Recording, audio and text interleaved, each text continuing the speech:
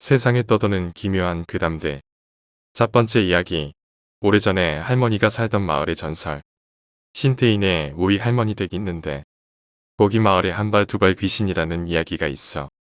나 어렸을 때 마을 할아버지 할머니들은 호두 옷간 귀신, 한두 옷간 귀신, 무슨 간 귀신이라고 했었는데 정확히 무슨 발음인지는 모르겠어.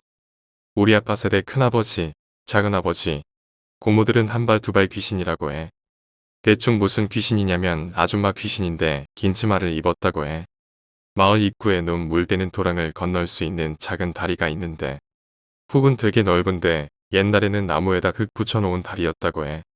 마을 들어오면서 거기 건널 때 가끔 뒤를 돌아보면 그 아줌마가 서 있다고 해. 키는 조금 큰 편인데 일반 범주는 안 벗어나는 정도. 암튼 그 아줌마를 봤다면 그 아줌마에게 계속 시선 유지하면서 뒤로 걸어야 됐어.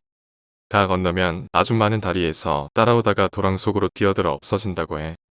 근데 이게 왜 한 발 두 발 귀신이라고 불리냐면 할머니 댁 앞밭 건너편 개 많이 키우는 집 할머니 말로는 이 아줌마를 안 쳐다보고 걸으면 이 아줌마가 갑자기 뛰기 편하게 자기 치마를 걷어올리고 뛰어오는데 다리가 가슴 바로 아래 붙어 있다고 해. 그 긴 다리로 한 발 두 발 쭉쭉 내뻗으면서 쫓아와서 밟아 죽인다고 해. 밟아 죽인다는 게 뭐 어떻게 밟아 죽인다는 건 정확히 모르겠지만 밟아 죽인다고 했대. 실수로 앞을 맞더라도 얼른 그 아줌마를 쳐다보면 그 아줌마가 자기 다리 보여주는 게 부끄러워서 치마로 가리고 걸어와서 괜찮다고 했대. 그리고 이건 우리 아빠 얘기인데 집은 신태인인데 정읍고 다니셨어. 학교에서 돌아올 때 그때는 마을버스가 마을 입구까지 안 들어와서 저 멀리 철도목 아래에서 내려서 한참을 걸어 들어오셨다고 하셨어. 어느 날 밤에 집에 돌아오는 길에 그 다리 근처에서 진한 화장품 냄새가 나길래 어디서 난 거지 하고 찾다가 뒤를 돌아봤는데 유난히 약한 가로등 불빛 아래 어떤 아줌마가 서 있다는 거였어. 우리 아빠는 한 발 두 발 귀신인 걸 알아채고 어른들 하는 말대로 계속 쳐다보면서 뒤로 걸었다고 하셨어. 근데 그 아줌마 귀신한테 눈 안 떼려고 하다 보니 방향 잘못 잡고 다리 밑에 떨어지셨대. 다리 높이도 2m 좀 못 되고 밑바닥은 얕은 물과 진흙이라 닿지는 않으셨는데 밤이다 보니 잘 안 보이고 다리는 자꾸 진흙에 빠지고 하니 정신 못 차리고 5주 6초 정도 넘어졌다 일어섰다 하다 몸도 제대로 못 세우고 시선만이라도 돌려서 아줌마 있는 곳을 봤더니 그 아줌마가 눈은 되게 무섭게 부릅떴는데 입은 우스꽝스럽게 혓바닥을 물고 있고 가슴 바로 아래까지는 아니고 배꼽 바로 위부터 몸이 갈라져서 다리까지 이어져 있는데 우리가 한 발 두 발 멀리 뛰기 게임할 때처럼 폴짝폴짝 뛰어오고 있었다고 해. 이때 아빠 말이 자기가 너무 놀라서 낸 소리인지 그 한 발 두 발 귀신이 낸 거인지 모르겠는데 숨 넘어가는 것처럼 어디선가 히익 소리가 났다고 해. 그냥 딱 봐도 본능으로 저건 생물도 뭐도 아닌 어떤 그 외 존재라는 게 온몸 신경으로 느껴졌다고 하셨어. 곧 이어서 자기가 몸 바로 세우고 쳐다보니까 그 아줌마가 치마를 급하게 내리면서 울상으로 어쩔 줄 몰라 하는 것처럼 안절부절 못하다가 반대쪽으로 빠른 걸음으로 도망갔다고 해. 근데 이야기는 우리 아빠 성격상 못 믿어. 고모 이야기도 있고 방앗갓집 아줌마 이야기도 있는데 씹구라 같아서 그냥 넘기겠어. 되게 신빙성 없고 마을 전설이라고 하기엔 증거물 같은 것도 없고 그냥 마을 옛날부터 있었던 이야기래. 그리고 여담인데 나 중학생 때 거기 다리에서 시체가 발견된 적이 있었는데 마을 할머니가 아이고 귀신한테 밟혀 죽었네 해서 소란스러웠던 적이 있었어. 근데 경찰 오고 30분도 안 돼서 교통사고 뺑소니 결론 나고 마을에서 범인도 바로 잡혔어. 두 번째 이야기. 제발 죽여줘. 수능을 그럭저럭 치고 성적에 맞는 국립대를 찾던 나는 어느새 한 번도 가보지 못했던 지방에서 자취방을 구해 살고 있었다. 아무래도 처음 해보는 자취고 외동아들로 귀하게 자랐던 내가 걱정이셨는지 부모님께선 룸메이트를 구할 것을 원하셨고 나는 OT에서 사귄 친구와 자취를 하게 되었다. 뭐 여느 1학년 자취방이 안 그렇겠냐마는 돈은 없고 술은 고픈 동기들은 자연스럽게 나와 룸메의 방에 밤이면 모여들게 되었다. 우리는 6평 남짓 한 방에 얼마나 많은 사람들이 잘 수 있는지 실험이라도 하는 것처럼 전설 난이도의 테트리스를 방불케 하는 기묘한 뒤틀림으로 취한 채 잠들었고 다음 날이면 깨마디로 사중주 교향곡을 연주하며 비명을 지르며 깨어났다. 흡사 귀들 같았다. 지금 생각하니 정말 화난다. 그런 필자의 자취방에 소년놈들이 끊기기 시작된 계기가 있었는데 바로 귀신을 봤다는 목격담들이 많아지면서다. 나도 꽤 무서웠던 건 이 귀신의 목격담에서 묘사된 외형들이 자취방을 처음 계약하러 온 날 어머니가 꿈속에서 본 귀신과 똑같았다는 점이다. 필자는 이런 목격담들이 많아질 때까지 어머니의 꿈 이야기를 한 적이 없었다. 이 이야기는 나중에 자세하게 쓰도록 하고 나는 가위를 잘 눌리는 편이다. 내가 이런 말을 하면 대개 반응은 응, 네가 이런 편인데 누가 봐도 귀신과는 담쌓게 생긴 외모 때문에 그렇다. 내가 귀신을 본다거나 촉이 좋다거나 그런 건 아닌데 가위야 나는 끝내주게 잘 눌리는 편이다. 이제 하도 눌리다 못해 가위만 눌리면 화가 머리끝까지 뻗쳐올라서 온갖 쌍욕을 퍼부을 정도니 뭐 아무튼 가위 마스터인 내가 느끼기에도 내 자취방에선 가위가 정말 잘 눌리는 편이었다. 심지어 그런 거 한 번 경험이 없다던 룸메도 가위가 눌릴 정도였으니 뭐가 있기는 있구나 싶었다. 하지만 나랑 룸메가 눌리는 가위의 공통점이라면 정말 아무것도 보이지 않는 것이었다. 뭐 깜깜하다거나 그런 게 아니라 그냥 가위를 눌려서 눈을 떠보면 방이 보이는데 귀신이라거나 잡것이 하나도 보이지 않는 그런 가위였다. 그래서 무섭다기보다는 그냥 귀찮다 정도의 수준이었다. 모처럼의 휴강의 나른한 낮 시간을 잠으로 보내던 나의 눈이 팍 떠졌다. 이내 꿈적도 않는 몸과 말을 해도 튀어나오지 않는 목소리 덕분에 가위에 눌렸구나 싶었다. 와 진짜 귀찮네.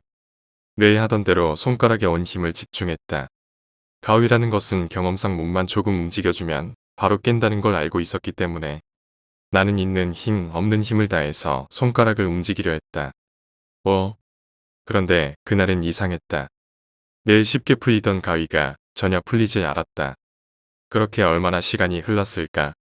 룸메이트는 내가 가위에 눌린 걸 아는지 모르는지 등을 돌린 채 앉은 상태에서 노트북으로 게임을 하고 있었다. 나는 왠지 모르게 영영 이 가위에서 안 풀릴 것 같다는 공포감이 들어 필사적으로 목소리를 내려고 했다. 야, 나 좀 깨워봐. 야, 나 가위 눌렸다고. 야, 이 새끼야. 나 좀 보라고.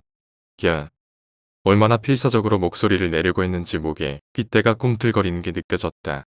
노력이 통한 건지 룸메의 목이 서서히 돌아갔다. 그러나 녀석의 얼굴은 그냥 멀거니 나를 보고 있기만 했고 나는 필사적으로 내가 가위에 눌렸다는 걸 어필하려 어떻게든 목소리를 내려 했다. 나 좀 깨우라고. 가위 눌렸다고. 그러나 멀거니 날 보던 룸메는 다시 모니터로 시선을 옮겼고 나는 이를 바득바득 갈며 온몸을 뒤틀어대듯 힘을 짜냈고 결국 헉 하는 소리와 함께 가위에서 깼다. 야 이 새끼야.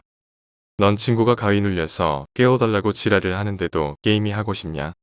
뭔 소리야? 룸메는 정말 무슨 개소리를 하냐는 듯한 표정으로 대꾸했다. 너 나한테 죽여달라고 했잖아. 세 번째 이야기. 귀신을 봤던 이야기. 귀신을 처음 본 때는 내가 중학교 2학년 여름방학 때야. 여름 피서가 한참인 8월 가족과 함께 성주 계곡에서 봤어. 우리 가족은 2박 3일의 계획으로 캠핑을 갔었지. 펜션보단 저렴한 캠핑을 많이 할 때라서 계곡에는 사람들이 많았지. 2박째 되는 마지막 날 밤에 그 일이 일어났어. 저녁에 밥을 먹고 한 10시쯤인가 잠이 들었지. 낮부터 물놀이를 많이 했던 탓인지 바로 골아떨어졌어. 그리고 자고 있는데 부모님이 날 깨우는 거야. 내가 눈을 떴을 땐 텐트 안에 물이 엄청 들어와서 누운 상태에서 고막 정도까지 물이 들어왔었어. 그리고 텐트에서 나왔을 땐 사람들이 막 대피하고 난리였지. 우리 텐트는 꽤 이쪽에 있어서 빨리 대피할 수 있었어. 부모님께서는 나와 동생을 자동차로 피신시키고 중요한 것들을 챙기러 다시 나가셨지. 자동차 뒷좌석에는 나와 동생이 있었고 나와 동생은 피곤해서 그런지 잠이 들었어. 조금 잠이 들었을까 갑자기 사람들의 소리가 줄어들더니 이내 아무 소리도 안 들리는 거야.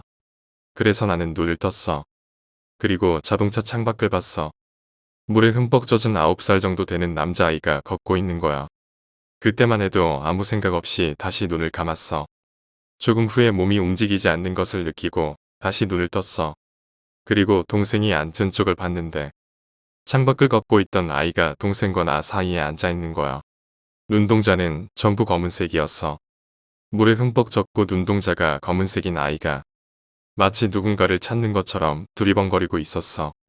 그리고 그 아이가 뚫어지게 나를 보는 거야. 몸은 움직이지 않고 이상한 아이는 옆에 앉아 있으니 상황이 무서워지는 거야. 그래서 일단 눈을 감고 몸을 움직이려고 몸이 움직여지면서 사람들의 웅성웅성거리는 소리도 커져가면서 다시 현실로 돌아온 느낌. 그런 느낌으로 바뀌었어. 그리고 아이가 있는 쪽을 봤는데 그 아이는 없더라고. 안심하고 나는 다시 잠이 들었어. 쓰고 나니까 약한 느낌이네. 아, 그리고 그날 밤 뉴스에서는 성주 계곡 물난리로 실종한 사람들 가운데 아이도 있었어. 뉴스에서 나오는 거 보고 소름이. 네 번째 이야기, 고전 수원 괴담. 15년 전쯤 수원 일대 골목으로 들어가면 불법 시술 안마방 호객 행위가 극성을 부렸다. 정말 진지하게 여자에게 숙맥이거나 이런 사람들은 정말 홀리기에 딱 좋은 호객 행위였다. 어유 자기 몸 튼실하다 한번 하고 가. 싼 가격에 한번 하고 가라. 오빠. 하지만 일반적인 사고를 가진 사람이라면 웬만함 가지 않았고 장애인이나 약간 좀 모자란 사람들이 많이 걸려서 가는 모습을 기억한다. 왜냐면 그쪽 호객 행위하는 골목은 너무 음습했고 더 가서는 소름 돋을 정도로 어두웠다. 한 번은 정말 오늘따라 안마방이 미치도록 땡겼던 한 남자가 어김없이 호객 행위하는 쪽을 지나갔다. 1시간당 3만원에 해줄게 한번 와라 오빠. 가격에 혹했던 남자는 가려고 했던 찰나에 안마방이 모여있던 골목을 보고서는 생각을 돌리려고 했지만 이 가격에 하는 데는 없다고 생각해 가기로 했다. 잘 생각해서 오빠 오늘 행제 맞은 거야. 딴 데는 더 비싸고 여자질도 안 좋거든. 웬스레 이 소리가 기분 나쁠까 안마방에 들어오고 나서 10분 정도 대기했을까. 이상하게도 주인장이 들어와서는 기다려줘서 고맙다고 한 다음 엄청나게 큰 캐리어 가방을 휙 던지고 가버린다. 아 뭐야 여자는 안 오고 가방이야 옷 갈아입으라고 준 건가. 이 가방을 연 순간 이 남자는 돈이고 뭐로 바로 밖으로 뛰쳐나가 버렸다. 가방에는 팔, 하체가 없는 몸뚱이만 있는 여자가 웃으면서 쳐다보고 있기 때문이었다. 5번째 이야기. 중학교 시절의 실화. 중학생이던 당시 난 시골에서 살았었어. 우리 부모님은 시내로 일을 나가셨고 할아버지, 할머니는 농사를 지었는데 여름에는 바빠서 아침에 나가시면 해가 떨어진 늦은 저녁이 돼서야 집으로 오셨어. 그늘도 8시쯤 돼서 집으로 들어오셨는데 할머니가 깜박하고 핸드폰을 밭에 두고 오셨다고 나보고 가서 가지고 오라고 시키셨어. 콩과 깨를 심는 조그마한 밭이었는데 밭이 집 근처 낮은 산 중턱에 있었어. 산길이라 가는 길 주변에 가로등도 하나 없고 깜깜한 밤이라 플래시 하나 들고 핸드폰을 찾으러 갔지. 밭에 가서 핸드폰을 찾고 다시 돌아가려는데 바람이 한 번 세게 부는 거야. 근데 그 밭 들어오는 입구에 느티나무 큰 게 하나 있거든. 밭으로 들어갈 때는 별 신경도 안 쓰고 들어가서 몰랐는데 바람이 부니까 나무에 뭐가 매달려서 왔다 갔다 하더라고. 깜깜하긴 했어도 달빛 때문에 실루엣은 보였는데 가만 보니까 치마 같은 거야. 바람이 한 번 더 불었는데 진짜 그 움직이는 게 나무에 사람이 목 매달아서 힘없이 바람 부는 방향으로 움직이는 것처럼 보였어. 들고 있던 플래시로 비춰볼 용기가 안 나서 뭔지 확인도 못하고 진짜 그대로 집까지 냅다 달렸어. 집에 와서 잠도 못 자고 혼자 계속 그 생각만 나는 거야. 시발 진짜 사람인가? 아니 그게 사람 시체라면 할머니가 못 봤을 리 없는데 그럼 귀신인가? 무서워서 혼자 잠도 못 자고 동생 방에 베개 가지고 들어가서 새벽 5시까지 눈만 껌뻑이다. 내가 본 게 사람인지 귀신인지 헛것인지 확인을 해야 할 것 같더라고. 혹여나 진짜 사람이 목을 맨 거면 신고를 해야 하니까. 여름이라 새벽 5시여도 밝았는데 날이 밝아서 그런지 전날과는 다르게 용기가 생기더라고. 혼자 몰래 집 밖으로 나와서 다시 그 밭으로 가서 느티나무에 매달려 있던 물체를 확인했어. 그 물체는 바로 할머니가 비 오는 날 일할 때 입는 우비였어. 바람에 날아가지 않게 머리 부분을 가지에 묶어놓은 데다가 그 위에 선캡을 올려놔서 실루엣만 보고 사람으로 착각한 거야. 아무튼 그날 나는 맛있게 아침을 먹고 기분 좋게 학교를 갔어. 여섯 번째 이야기. 원룸. 나는 독립을 하고 싶어 원룸을 구하고 있다. 하지만 아무리 구해봐도 내가 마음에 들어하는 원룸은 보이지 않았다. 방이 좋으면 월세가 비싸고 월세가 싸면 집 구조가 이상하거나 곰팡이가 있는 집뿐. 계속해서 직방이나 인터넷으로 집을 구하던 중 생각보단 괜찮은 데를 찾았다. 사진상으로도 집 구조가 괜찮고 월세도 다른 집들에 비해서 훨씬 쌌다. 바로 이거다 싶어 전화로 문의를 했고 다행히 집은 아직 나가지 않았다고 했다. 다음날 집주인을 만났다. 안녕하세요. 집은 생각보다 괜찮네요. 빨리 계약하러 가시죠. 그 순간 집주인은 뭔가 결심한 듯 얘기를 한다. 아, 근데 이거 하나만 알고 들어가 주세요. 뭔데요? 한 달 전에 사람이 한 명 목매달아 죽었거든요. 그것 때문에 사실 많은 사람들이 이 얘기를 듣고 계약을 안 했어요. 말씀 안 드리고 나중에 뒤늦게 아시고 서로 얼굴 붉히는 것보다 그래도 미리 말씀드리는 것 같아 말씀드려요. 아, 그래서 집이 빨리 나가지 않았구나. 하지만 난 뭐 대수롭지 않게 생각하고 계약했다. 순조롭게 이사를 하고 짐 정리를 다 마무리 지었고 어머니가 집으로 오셨다. 어이구 아들 이제 독립도 알아서 잘하고 고생했네. 아니야 엄마 이제 좀 쉬어야겠다. 아들 잠깐 앉아봐. 엄마가 어깨 주물러 주게 고생했으니까. 나는 오글거리는 게 싫어 한사코 거절했지만 그래도 자식 독립했다고 주물러 주시고 싶은 모양이라 알았다고 했다. 한 5분 주물러 주셨을까? 나는 미안한 마음에 그만하라고 한다. 엄마 이제 그만해도 돼. 나 이제 정리해야 돼서 엄마 집 가봐. 오래 그래. 고생하고 끼니 잘 챙겨 먹어라. 엄마가 가시고 나는 좀 쉬고 싶어 다시 의자에 앉았다. 그 순간 엄마가 다시 오셔서 어깨를 주물러 주시는 게 아닌가. 엄마 아직 안 갔어요? 이제 가라니까. 앞불서 뒤를 돌아봤는데 아무도 없었다. 뭐야 씨바. 기분이 이상해서 위를 올려본 순간 심장이 턱 막히는 것 같았다. 생판 처음 보는 검은 옷을 입은 여자가 천장 위에서 발로 어깨를 주물러 주고 있었다. 일곱 번째 이야기. 사수와 부사수. 내가 있던 부대에는 무서운 이야기들이 많이 나돌았다. 특히 경비중대이다 보니 밤중에 철야 근무를 많이 쓰게 된다. 졸리다 보면 별 것도 다 보이고 선임 사수가 후임 부사수 엿먹이려고 무서운 얘기해주고 디비자기도 한다. 이 얘기는 그 중에 하나이다. 상말 사수와 노란 병아리 부사수가 있었다. 일단 근무를 나가면 단둘이 있기 때문에 사수가 부사수를 어떻게 해도 아무도 모르는 상황이었다. 부사수가 찌르지 않는 이상은 그 당시에는 지금처럼 내무부조리라고 해야 되나? 그게 엄청 심했고 구타가 심했다. 뭐 물론 지금 부대들도 그런 곳은 많을 것 같지만 이 상말 새끼는 이 부대에서 개쓰레기로 유명한 새끼였고 노란 견장은 매일 괴롭힘과 구타에 시달리며 근무에 설 수밖에 없었다. 같이 근무 나간 지 한 달이 지났을까? 이날도 어김없이 쓰레기 짓거리를 하고 한숨 자려고 하며 부사수에게 말한다. 지금은 모르겠지만 그 당시에는 자기보다 선임 깨울 때는 건드려서 깨우면 안 됐다. 야, 나 한숨 잘 테니까 간부 숨차리나 뭐 이상한 낌새 있으면 깨워라. 안 일어나면 툭툭 쳐서라도 깨워 알았냐? 걸리면 넌 군생활 다 한 줄 알아라. 예, 알겠습니다. 사수는 그제야 안정을 취하고 잠을 취한다. 달콤한 잠을 취하던 사수는 부사수가 툭툭 쳐서 깨우는 느낌을 받고 일어났다. 일어나서 시계를 보던 사수는 아직 근무교대 시간이 30분이나 남은 걸 보고 띨뚜가 상해 또 지랄을 한다. 야 이 개새끼야. 누가 지금 깨요?